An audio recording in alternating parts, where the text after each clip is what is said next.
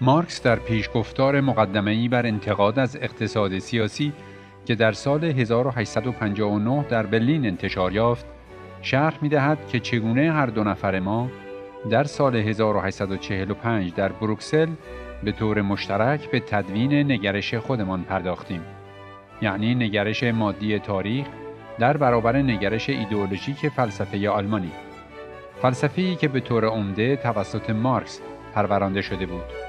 این کار در واقع یک تصفیه حساب با آگاهی فلسفی پیشین خودمان نیز بود. تصمیم ما به صورت انتقادی از فلسفه بعد از هگل جامعه عمل پوشید. از آن زمان بیش از 40 سال گذشته است و مارکس زندگی را به درود گفته، بی آنکه هیچ یک از ما فرصت بازگشت به موضوع را پیدا کرده باشیم. ما در رابطه من با هگل در جاهای گوناگون سخن گفته ایم، اما در هیچ جا گزارش جامع و به هم پیوسته ای عرضه نکردیم. ما هیچگاه به فوئرباخ که سرانجام از بسیاری لحاظ حلقه واسط میان فلسفه هگل و نگرش ما بوده است نپرداخته ایم. در این شرایط گزارشی کوتاه و جامع از رابطه من با فلسفه هگل، از اینکه چگونه از آن آغاز کردیم و نیز چگونه از آن جدا شدیم، برای من بیش از پیش ضروری می نمود. همچنین به همین گونه ما باید دین ادا نشده خود را به فوئرباخ که در طی آن دوره طوفان و تلاش بیش از هر فیلسوف دیگری پس از هگل بر ما تأثیر گذاشت، با یک سپاسگزاری ادا می کردیم.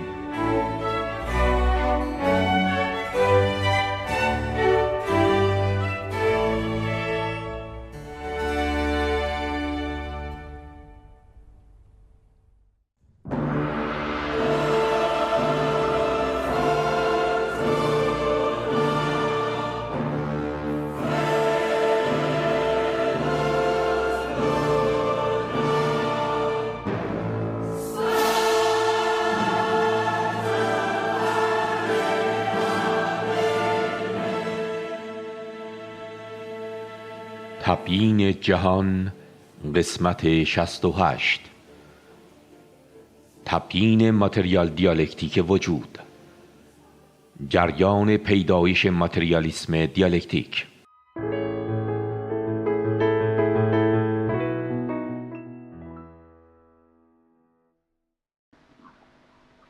حالا میخوایم صحبت بکنیم یک مقداری راجع به جریان پیدایش این ماتریالیسم دیالکتیک. چون تاریخچه دیالکتیک رو دیدیم، در بحثامون معمولا عادت بر این بود که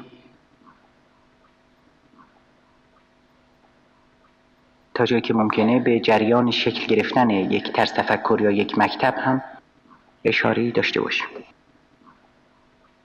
همونطور که میدونیم اصولا تفکر مادی و ماده گرایانه هم در تاریخ چیز جدید و نوظهوری نیست، بلکه سوابق کهن داره. ماتریالیست ها خودشون در خیلی از موارد تاریخ ماتریالیسم رو از فلاسفه ایونی یونان باستان شروع میکنن و اونها رو در اعداد اولین ماتریالیست ها میگذارن. به عنوان مثال در این ردیف میشه از تالس نام برد که یکی از حکمای مشهور هفتگانه یونان قدیم هست. با اونها هم از تالس یاد میکنن که آب رو مادة المواد و عنصر اصلی سازنده عالم و جهان میدونست. به روایت ارسطو تالس آب رو مادة المواد میدونست که همه چیزهای دیگه از اون ساخته شده و اصولاً بر این بود که زمین روی آب قرار داره. از زمره افکار تالس یکی دیگه این بود که مثلا مغناطیس رو دارای روح میدونست، برای اینکه آهن رو جذب میکرد یا تکون میداد.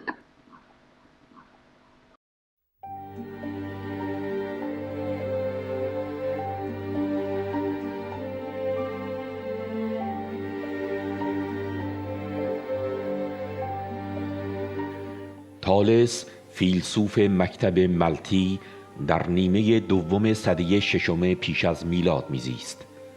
ملت یا میلتوس شهری در غرب آناتولی ترکیه کنونی بود. زادگاه تنی چند از فلاسفه مشهور. تالس یکی از آن فلاسفه بود. او این نظر را مطرح کرد که تمامی مواد و پدیده ها در یک عنصر پایه‌ای مشترک هستند. تالس این عنصر پایه‌ای را آب می‌دانست.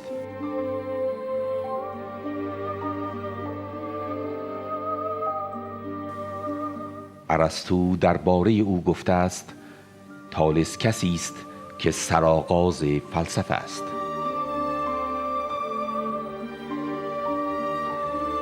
از سده ششم پیش از میلاد در یونان کسانی نام برده می شوند که در پی بیان آثار طبیعت و درک حقیقت عالم آفرینش و در جستجوی وجود اصیلی بودند. از حکمای سده ششم و پنجم چندان نوشته و آثاری باقی نمانده تا به درستی از نظرشان آگاه شویم.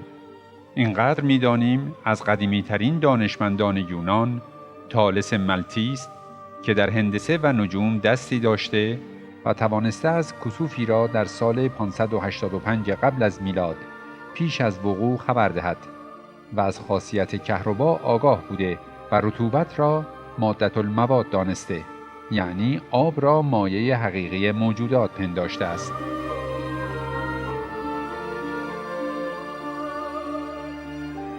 آناکسیماندر فیلسوف دیگر میلتوس شاگرد تالس بود.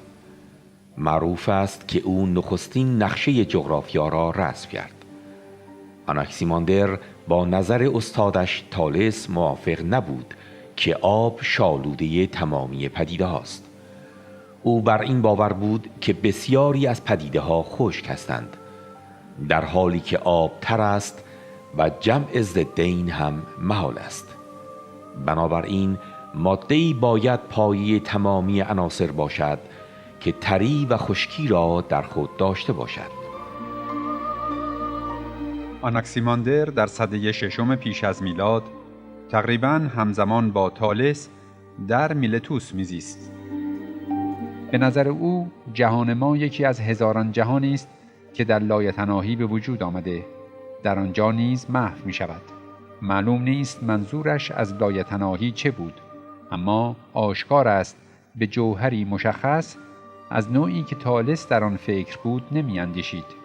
شاید می‌خواست بگوید جوهری که منشأ همه چیز است باید چیزی غیر از همه چیز باشد و چون چیزها همه متناهی هستند، چیزی که پیش از آنها و پس از آنها می آید باید نامتناهی باشد.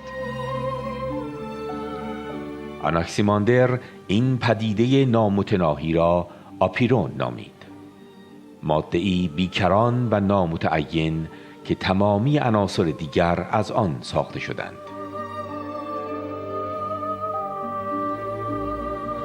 فیلسوف دیگری که ماتریالیست ها او را پیرو این دیدگاه می دانند دموکریتوس است.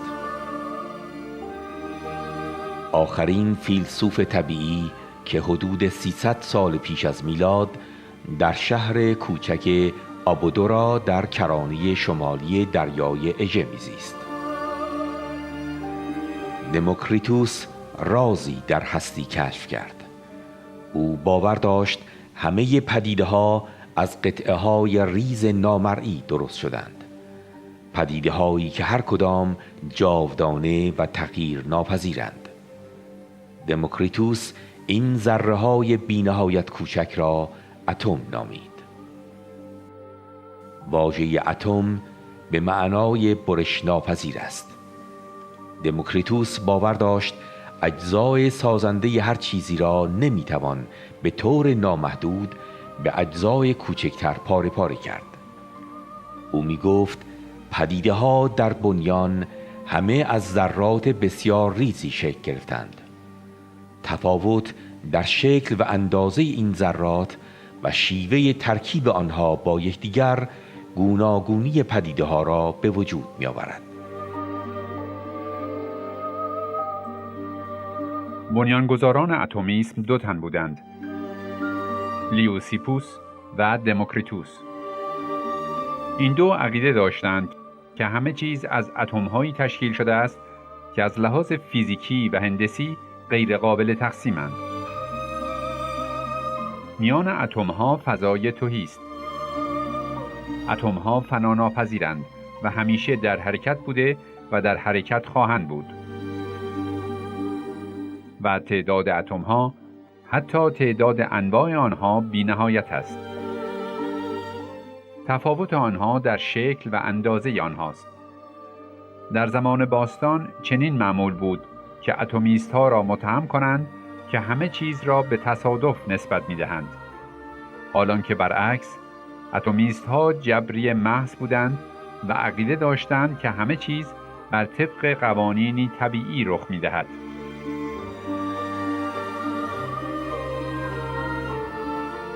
دموکریتوس به روشنی امکان وقوع هر امری را بر حسب تصادف انکار می‌کرد.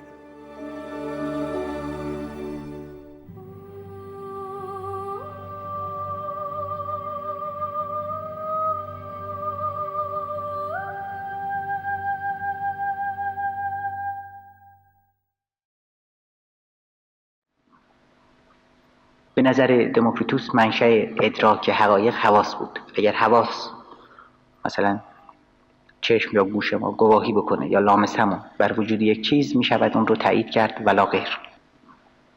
بنابراین ماده ازلی بوده، دارای حرکتی است دائمی.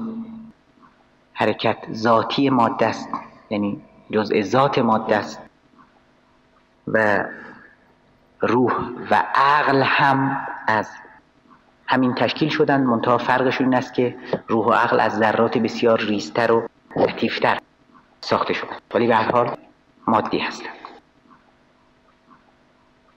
به دلیل این اختلافات فکری زیادی که تو این دانشمند حکمای یونانی بود، شاید غیر از اتمیست ها نشه به معنی دقیق کلمه کس دیگری رو ماتریالیست خلص خطاب کرد.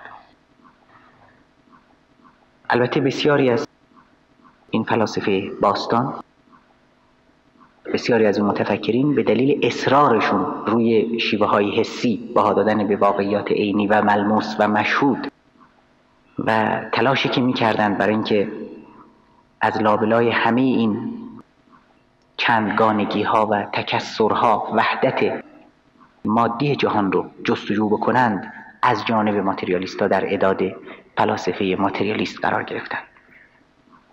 ولی همونطور که می‌دونیم بعد از یه مدتی دوران افول علم و فلسفه در یونان باستان، یونانی که درخشان بود، فرا میرسه. بعد نوبت میرسه به سیطره اسکولاستیسم، کلیسا، انگیزیسیون، محاکم تفتیش عقاید، محاکمی که حتی اندیشه کردن خارج از محدوده تفکرات ایدالیستی رو ممنوع میدونستند، مستحق مجازات میدونستند. فی المثل گالیله رو میکشوندن به پای میز محاکمه که چرا گفتی که زمین میچرخه، مانع پخش و نشر اندیشه ها میشدند، به طور که خیلی از متفکرین از ترس کلیسا جرأت ابراز نظر نداشتند. این کلیساهای ارتجاعی با تحمیق توده های مردم و کوبیدن هر اندیشه علمی تحت عنوان مخالفت با خدا و کلیسا و پاپ و امثال هم و اینکه ایمان مردم رو سست میکنه، مقابله میکردند و خلاصه چماق تکفیر و لعن و تفتیش عقاید رو به دست گرفته بودند و خیلی وقتا میتونستند توده های ناآگاه رو راضی بکنند نسبت به سرکوب صاحبان تفکر و اندیشه، تا اینکه حالا زمانی برسه که پیشرفت علم و تحولات اجتماعی پایه‌های کلیسا و در حقیقت سلطه پاپ ها رو بلرزون. به هر حال در این دوران سلطه اسکولاستیسم که به حق دوران افول علم و فرهنگ در اروپاست، با زمینه‌های تفکر ماتریالیستی به طور چندان چشمگیر مواجه نیستیم، نه اینکه البته اصلا نباشه. این مال اروپا تا قرون جدید. در مشرق زمین هم دیدگاه‌های مادی، تفکرات مادی وجود دارند، اگرچه به دلیل شرایط خاص فرهنگی مشرق زمین قضیه مقداری با سرزمین‌های اروپا تفاوت می‌کنه. اما با این همه مثلا در چین قدیم متفکرینی مثل وانگ چو رو می‌بینیم که افکار مادی دارند، در سایر نقاط هم کم و بیش وجود دارند.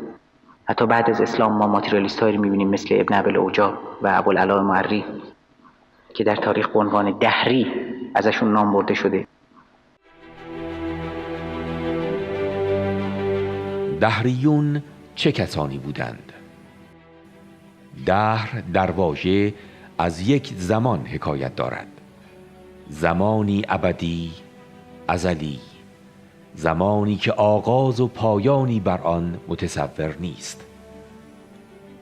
حال وقتی دهر وارد دنیای فلسفه می شود، یک دیدگاه را نمایندگی می کند، دیدگاهی که جهان، هستی و عالم وجود را ابدی، ازلی و بدون آغاز و پایان می بیند.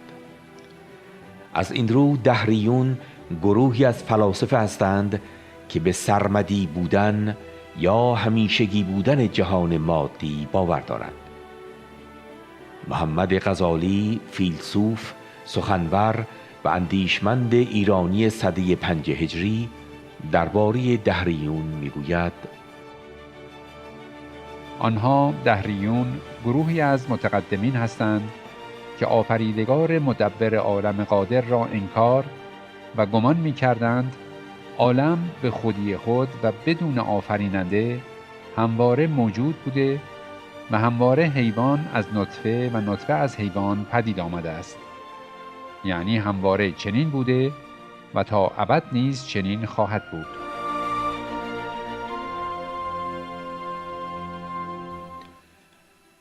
دهریون زمان را بی نهایت و ابدی میپنداشتند و جز ماده به چیزی دیگر باور نداشتند. این گونه دهریون ماتریالیست های زمان خود بودند. اما قطار تاریخ اطلاعات مشخص زیادی از دهریون به زمانه ما نرسانده است.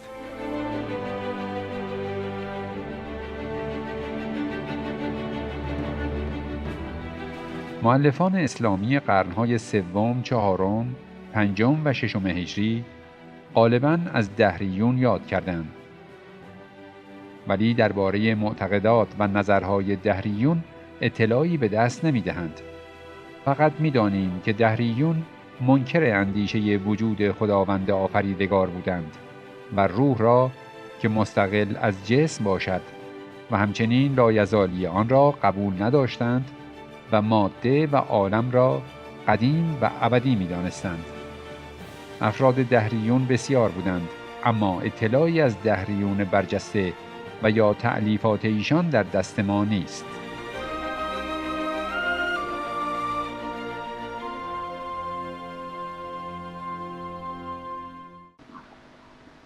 بعضی از اینها مناظرات رو در روی با امام صادق داشتند و جالب است که این ماتریالیست‌ها مثل ماتریالیست‌های مکانیسم از موضع تصادف و پوچ بودن و بی‌مضمونی جهان برخورد می‌کردند، نه از موضع تشویق مبارزات انقلابی و نه از موضع تأکید بر مسئولیت انسان. یعنی میخوام بگم که اون ماتریالیست‌های تقریباً پوچگرا تفاوت داشتن با ماتریالیست‌های انقلابی که حالا در گوشه و کنار عالم می‌بینیمشون. به هر حال در غرب بعد از شکسته شدن سدهای کلیسا، پیشرفت علوم، پیشرفت صنعت، تفکرات ماتریالیستی در شکل عامیانش اوج گرفت که قبلا هم به اونها اشاره هایی کردیم. برجسته ترین نماینده این گونه ماتریالیسم فورباخ بود که به بعضی از حرفاش اشاراتی کردیم، تا اینکه نوبت میرسه به مارکس جوان، شاگرد هگل، پیرو هگل و همونطوری گفتم بعداً هگلیست چپ که از اندیشه های ماتریالیستی فورباخ تأثیر پذیرفته و جاذبه ماتریالیستی فورباخ اون رو فرا گرفته. در این تاریخ که در قرن 19 به سر میبریم، اروپا صحنه مبارزات و تحولات نوین اجتماعی هست. انقلابات بورژوایی یعنی سرمایه‌داری و انقلابات بورژوا دموکراتیک یعنی انقلاباتی که درست رهبریش دست سرمایه‌داری بوده ولی توده‌های مردم هم درش شرکت داشتند، یکی بعد از دیگری در کشورهای اروپایی به وقوع میپیونده. نظام فئودالی ضربه میخوره، در مواردی اساساً واژگون میشه و به هر حال نظام جدید از بطن نظام قبلی و در ضدیت با اون متولد میشه. از این قرار با استقرار سرمایه‌داری ضد درونی خودش یعنی طبقه کارگر هم پا میگیره.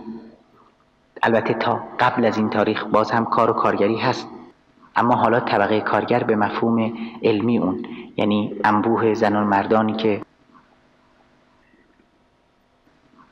از نظر مالکیت، از نظر نقششون در سازمان اجتماعی کار و از نظر بهره‌وریشون از تولید وضعیت کلاً مشابهی دارند باش مواجه هستیم. یعنی طبقه کارگر به طور اخص صنعتی که صحبتش هست. با شکل گرفتن این طبقه و همزمان با اون نرخ استثمار شدت پیدا میکنه، تضادهای طبقاتی تشدید میشه، مبارزات اجتماعی پا به پاش اوج میگیره، قیامهای کارگری به وقوع میپیونده، اندیشه‌های سوسیالیستی در اشکال مقدمتاً غیر علمیش مطرح میشن که اینجا البته موضوع صحبت ما نیست و طرح ارزش‌های طبقاتی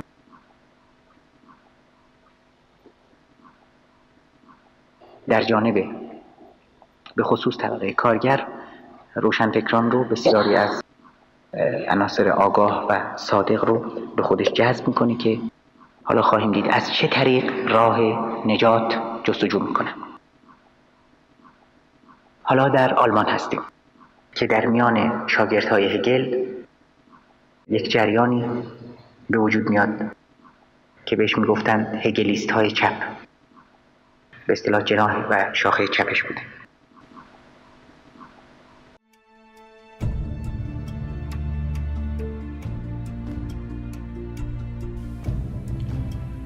هگلیسم چپ. فردریش هگل روز 14 نوامبر 831 میلادی 25 فروردین 1210 خورشیدی در برلین درگذشت.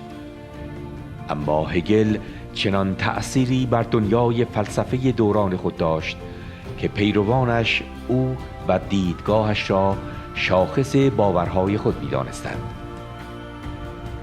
دنیای فلسفه آنها را با نام هگلیست ها می شناسد.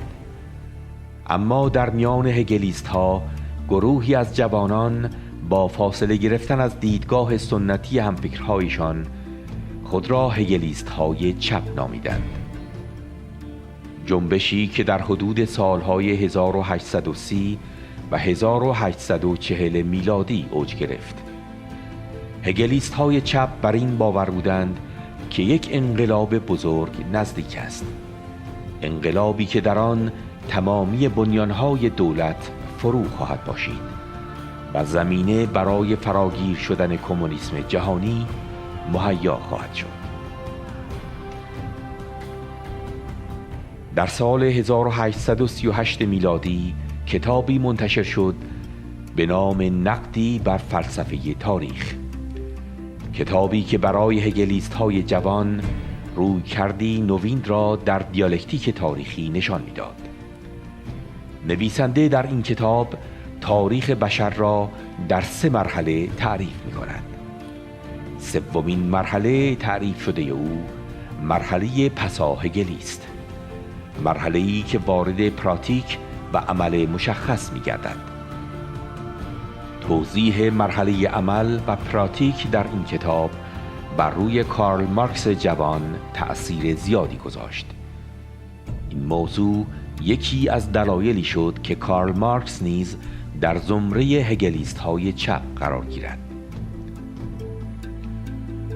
مارکس بعدها همراه با انگلس تحت تأثیر باورهای هگلیسم چپ تأکید بیشتری بر پرولتاریا داشت، اما نه پرولتاریا به عنوان یک طبقه اقتصادی، بلکه به عنوان یک طبقه تعیین کننده جهانی برای رسیدن قطار تاریخ اجتماعی به ایستگاه کمونیسم.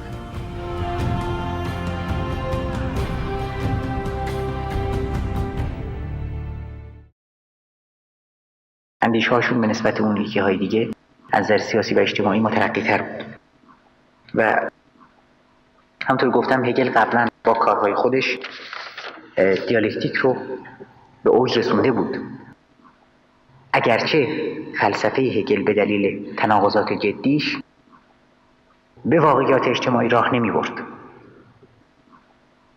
از طرف دیگه تفکرات ماتریالیستی روز، یعنی ماتریالیسم مکانیکی و برترین چهرش در اون عصر، همینطور از حل مسائل عاجز بودن و خلاصه یک بنبست تاریخی